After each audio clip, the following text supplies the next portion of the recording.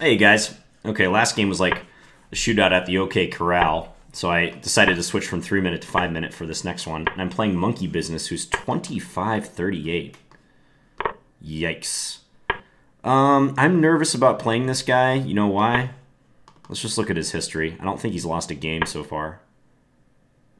Okay, well, he hasn't played that much, but he's beaten 2 good 5-minute players already. I don't know. I'm just looking at his record right now.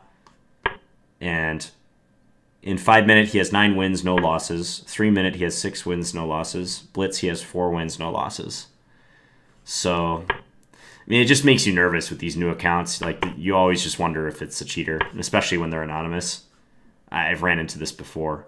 So, not going to accuse you of anything, Monkey Business, even though your name's misspelled. It's not how you spell business. Bussiness. But, you know, he's just... It's one of these things you got to be aware of in online Blitz. So let's hope Monkey Business is not a computer. And I'm getting a legit game and I'm not going to be embarrassed on video. Oh, actually, Rookie 1 maybe was not so accurate because if ever he takes on f3, I can't take with my queen now because of knight c2. Okay, I'll just get my bishop out here. Is he going to go knight e5? That might be the plan. Yeah. I may want my knight to assist in evicting his knight. So that seems like a reasonable play. So I'll do that.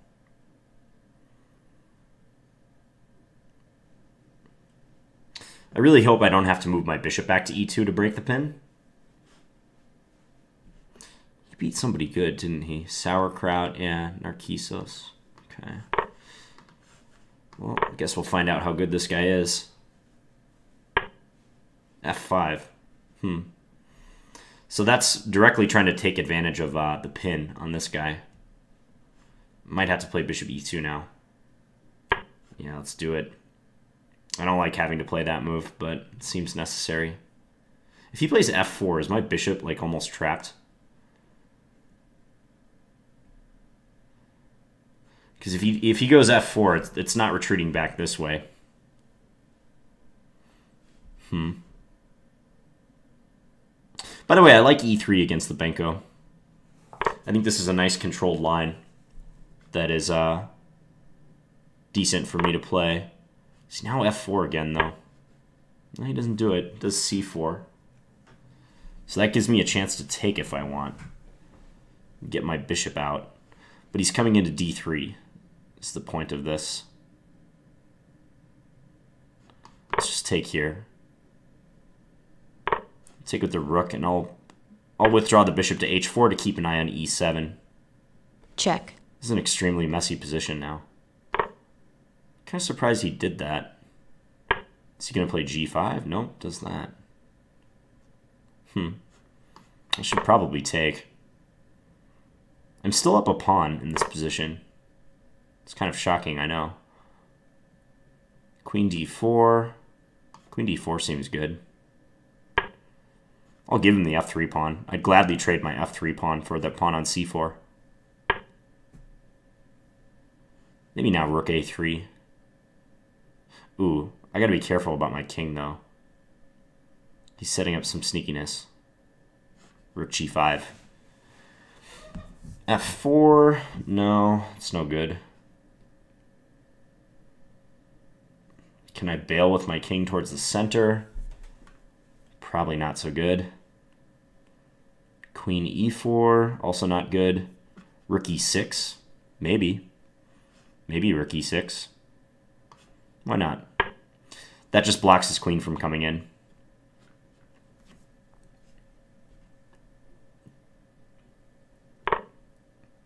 Takes on f3. Okay.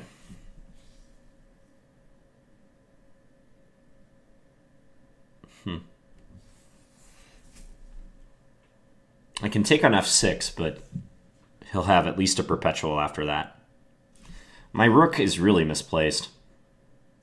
It really is. So I'm going to go here and maybe hope to go to e1 with it later, if I can maybe create a threat on e8.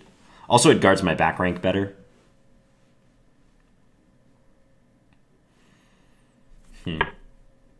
Rook d3. Can't I take this guy? I don't get what's wrong with that. You're going to take on d5 with your rook? Really? Okay, if I play rook e7, are you not losing? Rook e7, queen g4 check. King h1, he has rook d1. It's a shame. So I'm very close to winning in this line. I could play rook e1, but he has rook f5. I think that defends.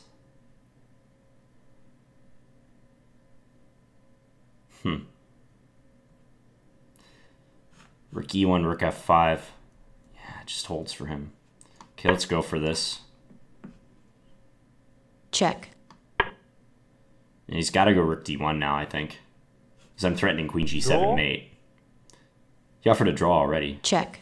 If I take, queen takes, king g2, queen d5. Well, actually, he doesn't even need to do that. Yeah, I'm going to take his draw. Okay. Well, okay, I don't think this guy's a computer now. I mean, I never really did, but, like, looking at his history, it's just, like, suspicious. It's in line with what, like, I've seen suspicious accounts have before. So, it is a draw at the end, because after take and take, check, king here, he can check me here or possibly here, but I think he would have gone here. And then after this, and then check. If I want to play for a win, I have to play rook e1. But I don't think I'm any better at this point if I play rook e1. Yeah. This is not promising. King g1, rook f8. Yeah, he's at least equal. Okay, let's have a look. Let's have a gander. So I mentioned that e3 is a decent line against the Benko. It's a good alternative to taking or pushing the pawn. So it's a calm line. And I think in the main lines with a takes b5, I think white's doing pretty well. Maybe I'll get into that in future videos. But g6, I haven't faced g6 as much. I just tried to play some normal developing moves. White seems to do this frequently in this line. Put the rook on a3. I'm kind of waiting for him to take on b5 so I can take with my bishop in one go. And this is a nice square for the rook. It's defended there, supports the knight in some cases. I don't have to worry about tactics on the long diagonal if I ever want to play like b3, for instance. So he took. I took with the bishop. Possibly I should have reacted in a better way around here. Yeah, because I mentioned after rook e1, I think that was inaccurate, because after rook e1, should he ever take here, I cannot take with the queen because of this fork that I was alluding to. Fork on the two rooks. So I would have to take with the pawn in this case, which is somewhat of a concession. Definitely structure-wise, it's a concession. What I do want to see is, yeah, I probably should have brought my bishop back to e2 at some point. I do want to see, like, when he plays f5, whether it would have made sense for him to go for f4. Because I really thought f4 would have endangered my bishop. Maybe not here. Maybe it'd be better after bishop takes in this. Yeah, like now f4. Okay. The engine agrees. Because the point is he's cutting off my bishop's retreat. And now h6, bishop h4, g5 is threatened, which would just win the bishop. I guess I can go here and attack the pawn twice. Check. But after this, the computer is showing queen e8. Oh, that's a nice move, because that hits a4 twice. It also enables queen f7. So apparently that would give him good counterplay. So f4 was well worth considering. He did c4 instead. I grabbed on f5. Yeah, that f4 idea had me so put off that I wanted to make sure that he couldn't push the pawn there. I wanted to make sure that I could move my bishop back.